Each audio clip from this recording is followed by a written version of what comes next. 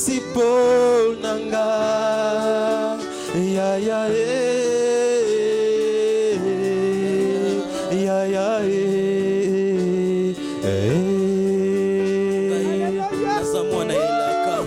Ngai naza mwana nelaka.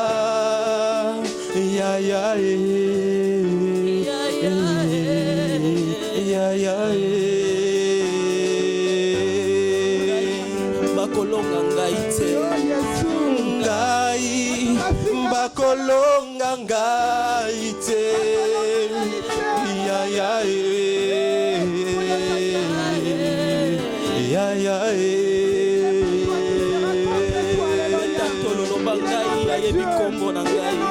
Ngai nayebi kombo na ngai. Ya ya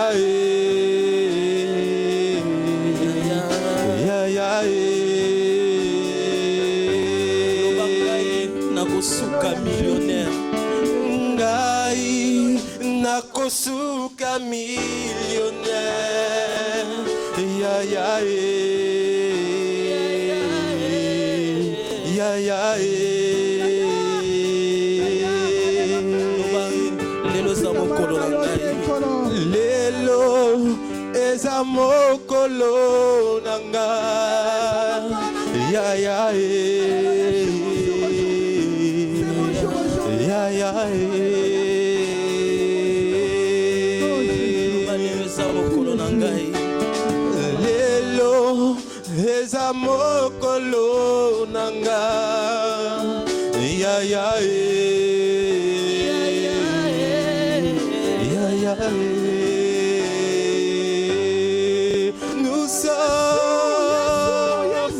nous sommes réunis devant ta face, papa papa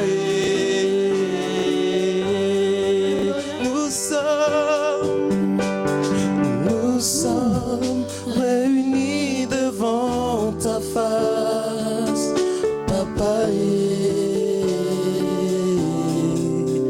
papa obstacle devant le problème. Alléluia.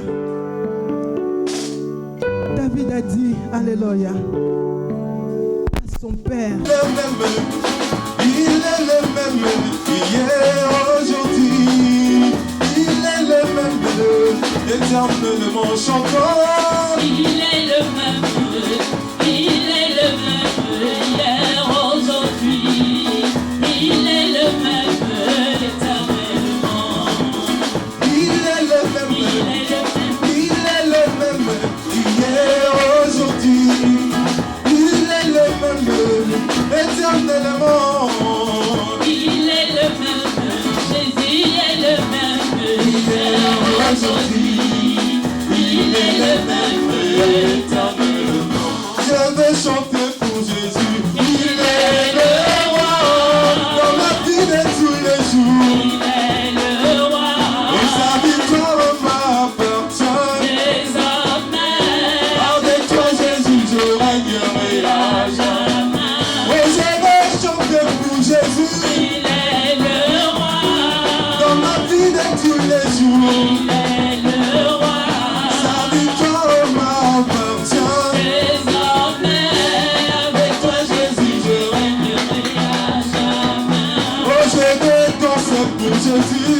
Il est le roi. Dans ma vie de tous les jours. Il est le roi. Sa victoire m'appartient. Désormais, Avec toi Jésus je régnerai. à jamais. Oh, je vais crier pour Jésus. Il est le roi. Dans ma vie de tous les jours. Il est le roi. Sa victoire m'appartient. Désormais, Avec toi Jésus je régnerai à jamais. Oh, je vais chanter pour Jésus. il est le roi. Dans ma vie de tous les jours. Il est le roi. Sa victoire m'appartient. Désormais, Avec toi Jésus je régnerai à jamais. Pio, pio, pio.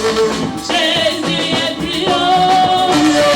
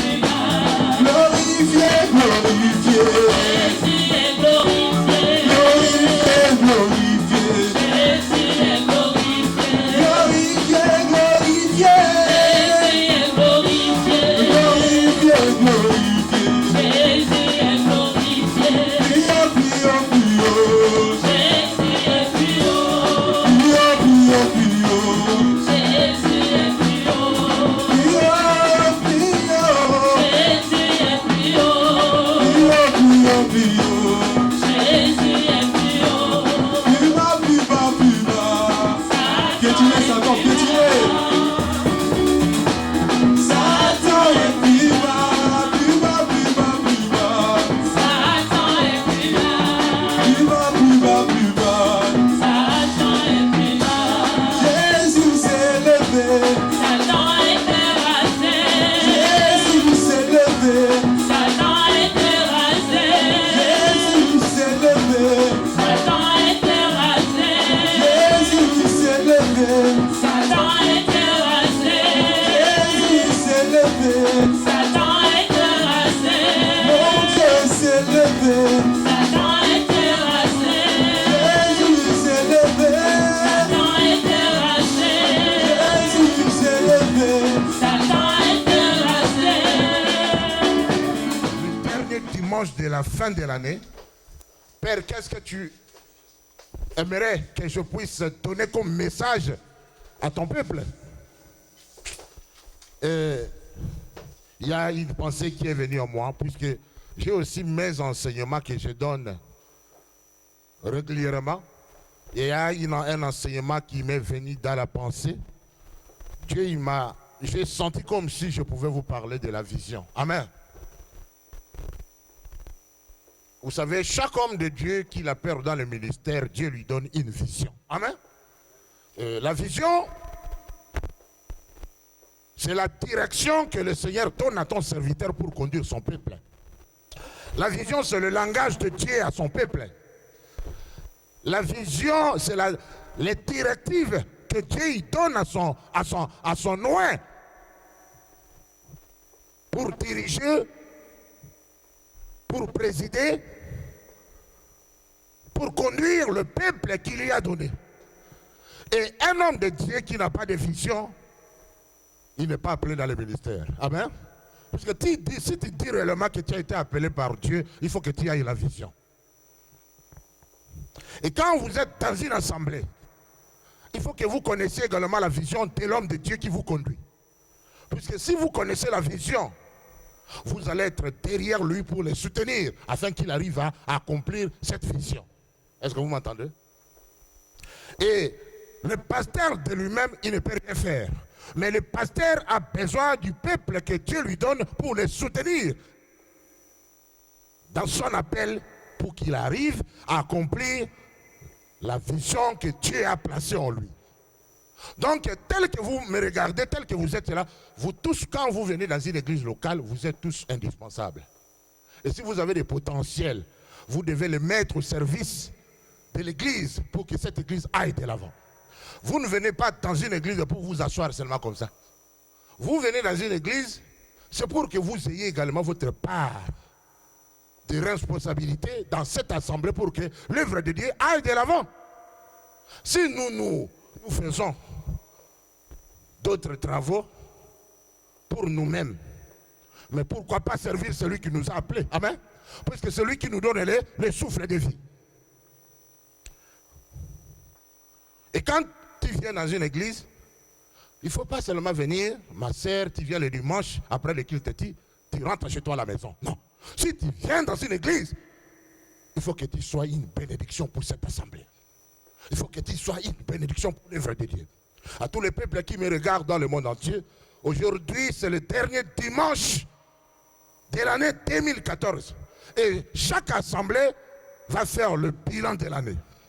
Et toi, dans ton église, tel que tu me regardes, est-ce que tu as été une bénédiction pour l'homme de Dieu? Ou tu as été une occasion de chute pour l'homme de Dieu?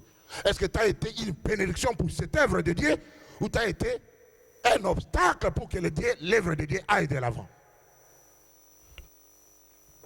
Ce que tu n'as pas pu faire l'année qui vient de passer, et ce que tu devrais faire et que tu n'as pas pu faire, ce n'est pas encore tard, puisque nous allons commencer le nouveau départ bientôt dans 3 jours pour entrer dans l'année 2015. Puisque dans l'année 2014, on a servi des hommes du monde. On a bien fait notre travail. Peut-être ton boss, là où tu travailles, il va te donner la récompense pour le bon travail que tu as pu faire. Mais pour le Seigneur, si je te posais la question, toute l'année, est-ce que tu as été une bénédiction? Est-ce que tu as pu faire quelque chose qui peut toucher le cœur de Dieu pour que le Seigneur te bénisse? C'est à toi de faire un examen de conscience personnel, de regarder dans ton cœur et de te poser cette question. Comme je viens de vous dire que nous ne venons pas dans l'église pour être des observateurs. Nous ne venons pas dans l'église pour accompagner quelqu'un. Nous ne venons pas dans l'église pour aller peut-être raconter quelqu'un. Nous ne venons pas dans l'église peut-être pour aller vendre nos histoires. Nous venons dans l'église pour se faire édifier, pour grandir dans la foi chrétienne. Amen. Puisque la Bible nous dit, la foi vient de ce qu'on entend, et ce qu'on entend vient de la parole de Dieu. Tu ne viens pas dans l'église pour rester bébé spirituel. Amen. Tu viens dans l'église pour grandir. Comment toi, depuis que tu es dans l'église, tu ne sais même pas prier? Tu viens dans l'église, tu es malheureux. Et c'est à toi de te poser la question.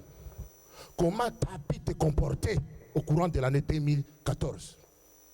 Est-ce que tu as été une occasion de chute pour beaucoup de personnes ou tu as été un instrument de bénédiction pour d'autres personnes? C'est à toi de te poser la question. As-tu été une bénédiction pour la vision de l'homme de Dieu? Voilà pourquoi nous avons besoin des chrétiens qui ont la maturité spirituelle. Peut-être pendant l'année 2014, ton pasteur a fait quelque chose qui ne t'a pas plu. Et quelle a été ta réaction? Puisque dans d'autres situations, nous voulons dans les églises avoir des chrétiens qui ont la maturité. Parce qu'il peut se faire blâmer parfois par le pasteur. Amen. Mais on va voir comment il va réagir. Quand on a affaire à un bébé, sa réaction, il va partir. Mais quand on a affaire à quelqu'un qui a la maturité, il va rester là-bas. Puis si il a affaire à son papa, on nous appelle le papa spirituel. Le papa, il peut parfois te blâmer, il peut parfois aussi te bénir, il peut t'encourager. Alléluia. Mais on a besoin des chrétiens qui ont la maturité spirituelle pour que nous allions de l'avant. Et moi, j'aimerais que vous soyez des instruments de bénédiction. Et nous allons nous mettre debout pour faire la lecture de ces passages. As-tu été un soutien pour la vision de l'homme de Dieu? Ça, c'est mon thème de la prédication de l'enseignement de ce matin. Exode chapitre 17, versets 9 à 13. Exode. Exode, c'est dans l'Ancien Testament. Après Genèse.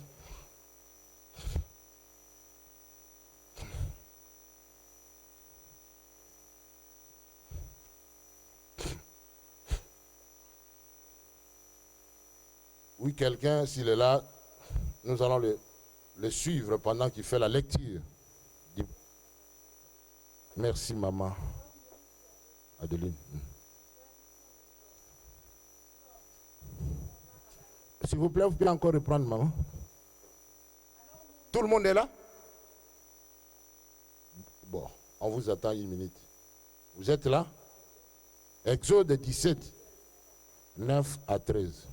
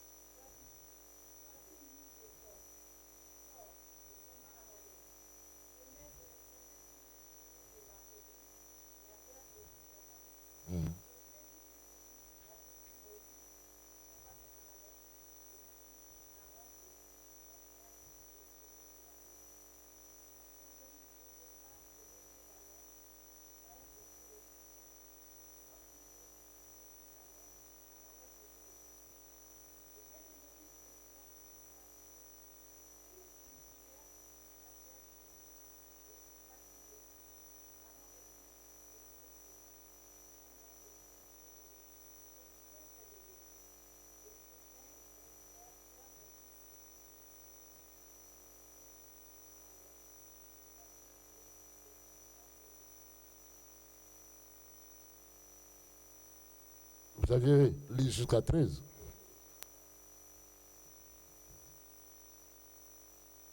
Amen. Vous pouvez vous asseoir. A-t-il été une bénédiction pour la vision de l'homme de Dieu? À chaque fois, comme je viens de vous dire, quand Dieu appelle quelqu'un dans le ministère, il lui donne des personnes derrière lui pour l'aider à accomplir la vision. Amen.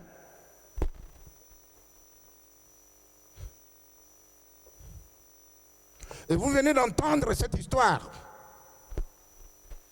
Les enfants d'Israël qui étaient en guerre devant leurs ennemis, les Amalécites. Le peuple, hein, c'était leurs ennemis.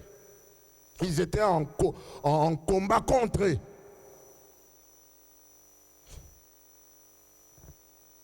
Moïse, qui était dans le champ de bataille, il combattait contre les Amaleks. Et dans le combat, les Amaleks étaient forts. Mais le peuple de Dieu avait leur Dieu comme soutien. Ils se sont battus. Et parfois, les Amaleks prenaient le dessus sur eux. Et Moïse, qui était leur leader, il a dit à Aaron et Hur de venir le soutenir. La Bible nous affirme que quand Moïse a levé sa main, là dans le combat, Josué et son armée prenaient le dessus sur les Amaleks. Amen. Mais la main de Moïse était fatiguée. Amen. Il ne pouvait pas continuer à mettre la main élevée comme ça. Mais c'était l'instruction de Dieu pour qu'ils aillent le dessus sur leurs ennemis.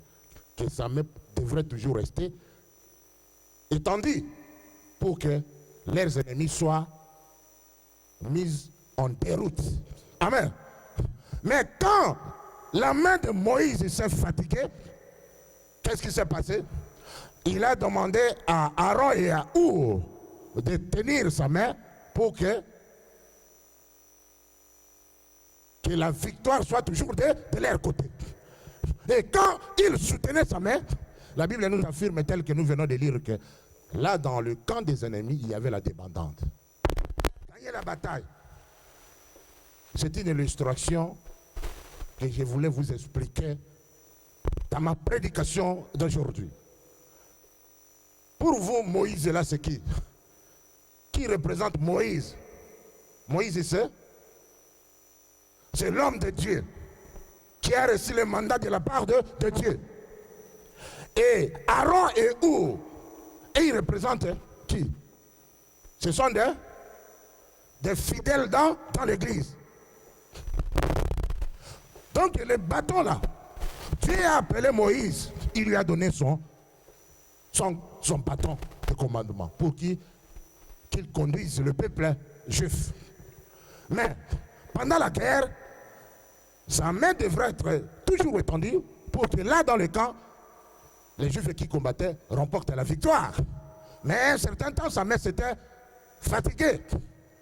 Mais il fallait qu'il y ait des personnes pour soutenir sa main pour que là, ils aient toujours la victoire. Alléluia. Et Moïse et Aaron soutenaient la main. À un certain temps aussi, les deux, ils s'étaient également fatigués. Alléluia. Alléluia. Et il s'est passé quelque chose. Il dit, comme vous également, vous êtes, prenez quand même une pierre. Amen. Ils ont pris une pierre et ils ont mis la pierre sous la main de Moïse pour que là, il y ait toujours la victoire sur le peuple de Dieu. Et pendant que sa main était toujours debout, alléluia, l'ennemi était en déroute. Un homme que Dieu appelle dans le ministère, il a besoin de peuples vaillants. Il a besoin de femmes et des hommes de Dieu qui sont derrière lui pour l'aider à accomplir la mission auquel Dieu lui a donnée. Amen. Comme je vous ai dit au début que vous n'êtes pas ici par hasard. Dieu il vous a appelé ici pour que vous assumiez une mission bien déterminée auprès de votre pasteur. Pour que vous l'aidiez à faire avancer cette église. Amen. Tu n'es pas venu ici pour rester seulement sur la chaise. Le potentiel que Dieu a mis en toi, c'est pour que toi tu puisses le mettre en pratique. Alléluia.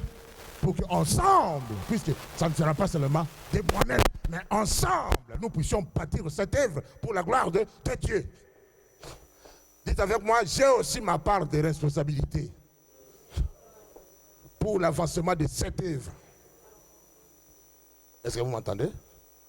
Donc, vous êtes comme des Aaron et des Ours de cette église. Et j'ai besoin de vous. Une œuvre de Dieu ne peut pas aller de l'avant s'il n'y a pas de gens qui la soutiennent avec leurs prières. Amen. Il faut qu'il y ait des intercesseurs.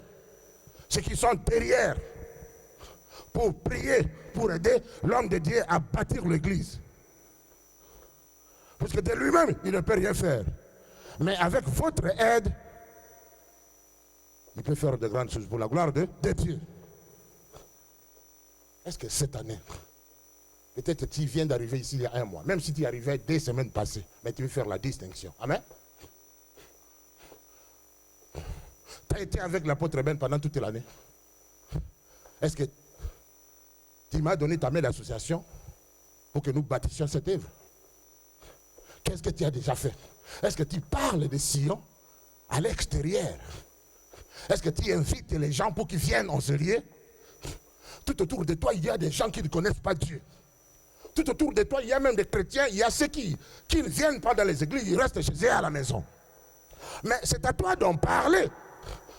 C'est à toi d'encourager ces gens pour qu'ils nous rejoignent en ce lieu, pour qu'ensemble, nous puissions bâtir cette œuvre pour la gloire de l'Éternel. Personne ne viendra d'ici si quelqu'un ne l'invite pas. Puisque nous connaissons les lieux. Mais il y a d'autres personnes qui ne connaissent pas ces lieux. C'est à nous de faire maintenant le bruit, de parler de notre église, de dire aux gens ce que Dieu y fait au travers de l'homme de Dieu. Que notre pasteur, c'est un homme brillant.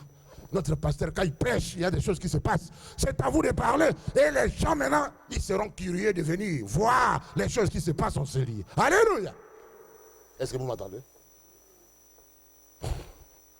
Nous sommes tous indispensables dans la vision. Vous savez, le corps, tel que vous le voyez, il a plusieurs membres. Et chaque membre du corps a sa fonction. Amen. On ne peut pas mettre les doigts à la place de la jambe. Amen. Les doigts, là où il est indispensable dans le corps.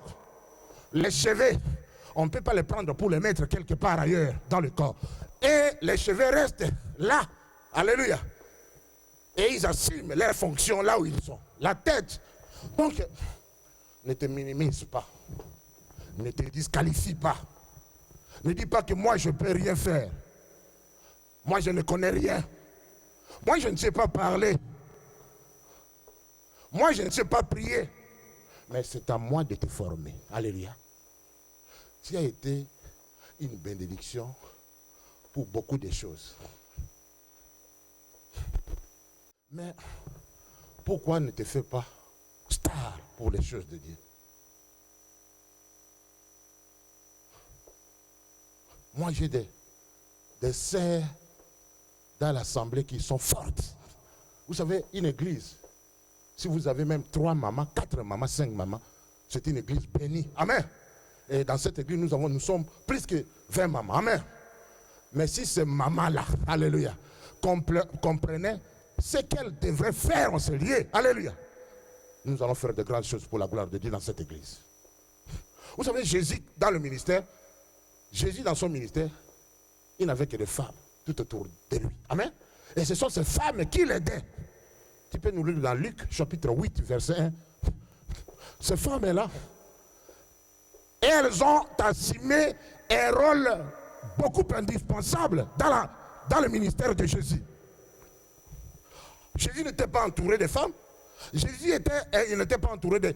Il était entouré de femmes qui ont reçu son ministère.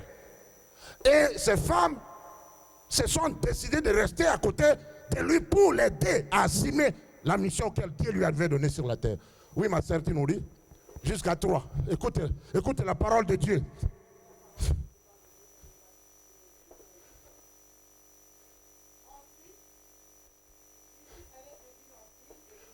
Il allait de ville en ville et de village en village. Vous m'entendez? Prêchant. Il était en train de prêcher, donc il était en train d'accomplir la volonté de Dieu. Annonçant la parole du royaume.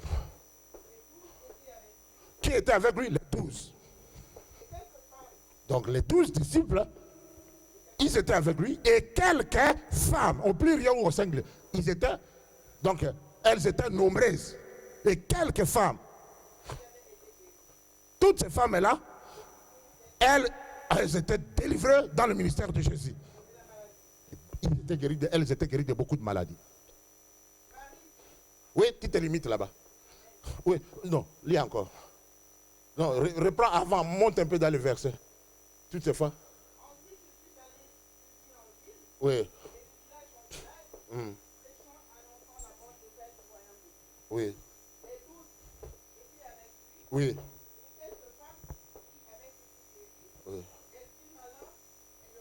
Oui. Continue. Oui. Oui. Continue. Oui.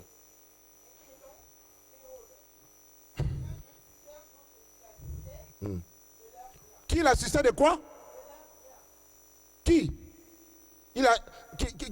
Ces femmes assistaient qui? De quoi? De l'air bien.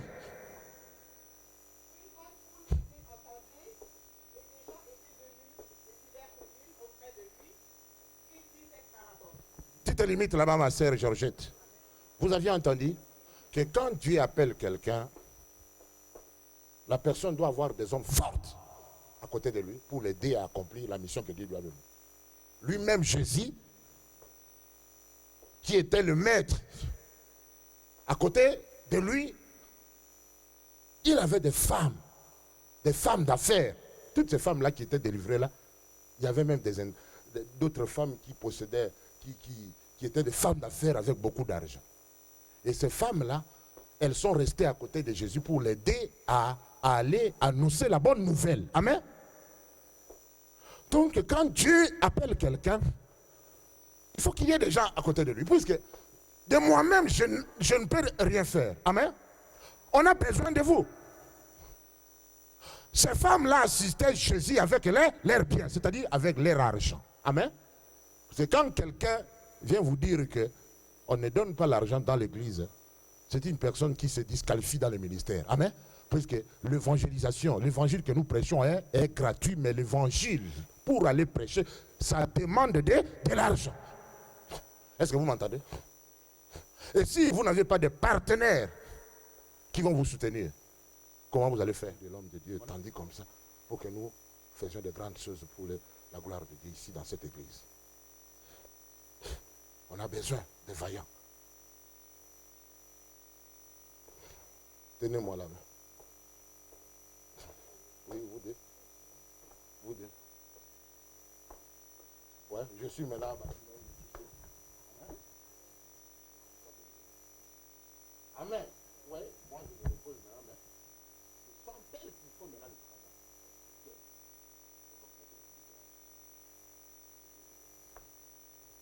Quand les deux se fatiguent, qu'est-ce qu'on a? On a placé en plus. La pierre là, c'est qui? Jésus. Donc, un homme appelé a besoin de membres et il a besoin également de Jésus pour le soutenir dans la vision que Dieu lui a donnée.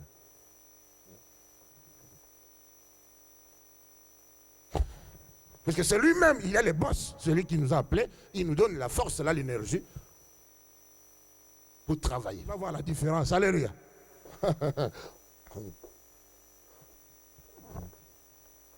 Cette année, il y a des choses qui n'ont pas pu s'accomplir dans ta vie, c'est à cause de toi-même. Vous savez, le 31 ici, nous allons demander la direction à Dieu. Qu'est-ce que nous devons comment nous allons nous conduire l'année prochaine?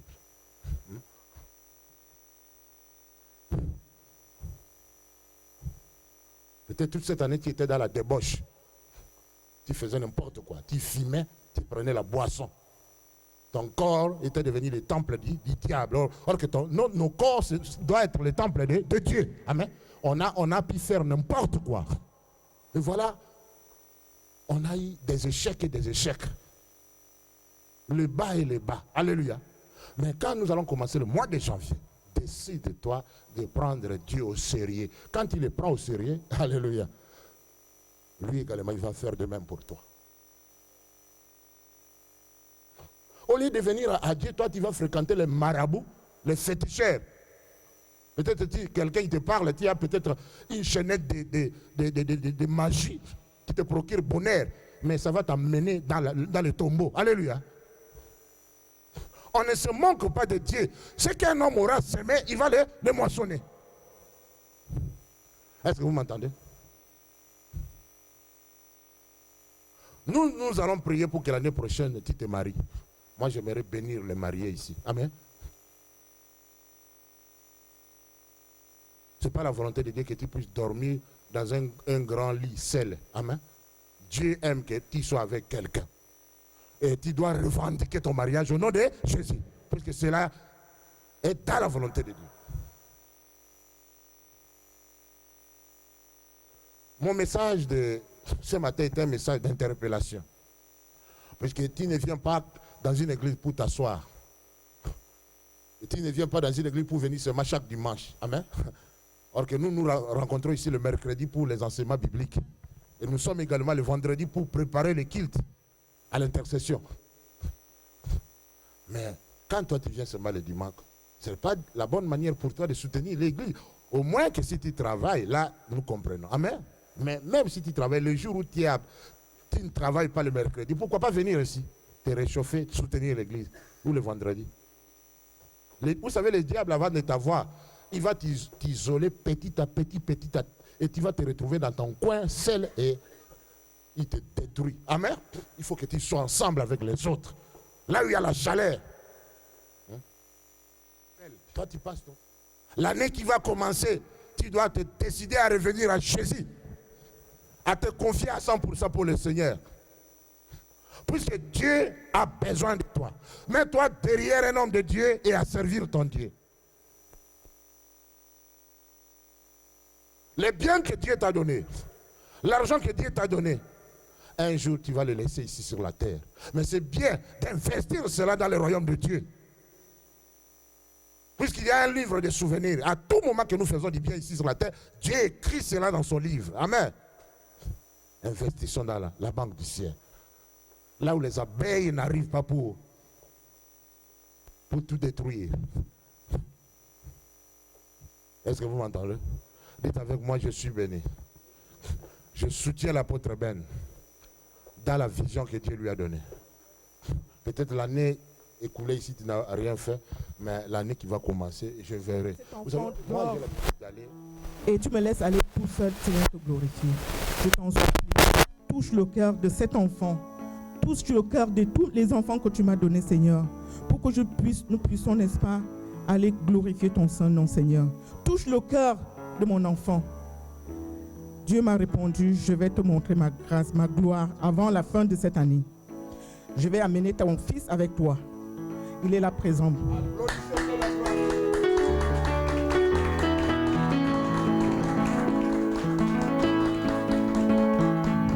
Dieu, tout ce que Dieu a fait est bon. Il y a des jours, il vient, parce qu'il n'est pas souvent avec moi, il vit à Moulineau, il a son appartement là-bas. Donc j'ai demandé à Dieu, quand il vient chez moi et qu'il passe la nuit avec moi, Seigneur, je t'en supplie, fais en sorte qu'il vienne avec moi glorifier ton Saint-Nom, parce qu'il ne te connaît pas. Toi-même, touche son cœur, qu'il puisse venir voir ta grandeur. Dieu a exaucé ma prière, il m'a suivi. Je lui rends grâce.